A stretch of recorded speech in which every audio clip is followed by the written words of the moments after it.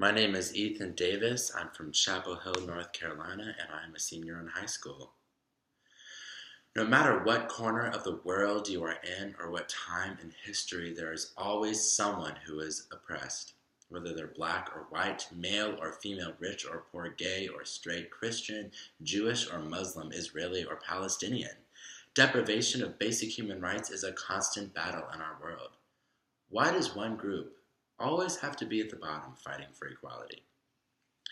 There are laws set forth in some countries to prevent such tragedies. These laws, created by esteemed leaders, protect their citizens. For example, the U.S. Constitution and, in 1868, Amendment 14 ensured that no state shall make or enforce any law which shall abridge the privileges or immunities of citizens of the United States.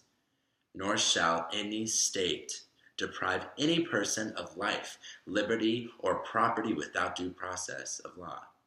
Exactly 100 years later, a reverend named Martin Luther King Jr. was shot, dead, for upholding this basic right. The movie Selma pays tribute to the Reverend Dr. Martin Luther King's journey as a man and as a civil rights activist. He encouraged the members of his congregation to enact their civil liberties, individual freedoms, and self-determination. In a powerful scene done in refrain, he invokes them. That means protest. That means march. That means disturb the peace. That means jail. That means risk. That is hard. Why does one group always have to be at the bottom fighting for equality?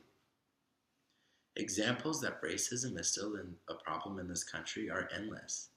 As I sit here, writing this very essay, I learned that 3 American Muslims were shot dead in Chapel Hill, a place that I call home, a place that most people refer to as a utopia, a place where Northerners move down to feel Southern, a place that is mostly liberal. The entire nation is honing in on us, and all our local news reporters are saying is that the altercation is over a parking spot dispute. No one has publicly announced that this incident is racially motivated. Yet Muslims everywhere are now living in a deep fear of hate crime because of radical extremists. Why does one group always have to be at the bottom fighting for equality? As a white man, I can only imagine what it must feel like to see all of the emotional torture in Ferguson, Missouri, or Nigeria, or Syria, as if the world is out to get you. Yet as a Jew, I can attempt to understand. I am a senior in high school going off to college next year at the prime of my life. Yet, I am truly, truly scared because of the rise of anti-Semitism on so many college campuses. I will never forget the week in Poland when I studied the Holocaust, nor the moment when I landed in Israel to finish my semester abroad. I had that feeling of isolation, like the world was out to get us. Why does one group always have to be at the bottom, fighting for equality?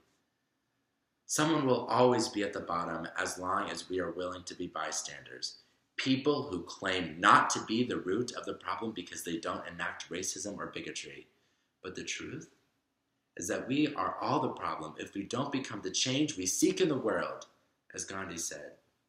Doing one thing won't make a change. We need to have layers of proactive change that will permeate into a more perfect society. My name is Ethan Davis. I am 17 years old, white, Jewish, and American. And I refuse to be a bystander. I want to be an agent of proactive change through my Jewish youth group inspiring other youth, through my volunteer position at UNC hospitals, through my relationships at school, at work, and at home. I want to inspire others to do the same and remind each other, no matter who you are, you matter. Thank you for your consideration.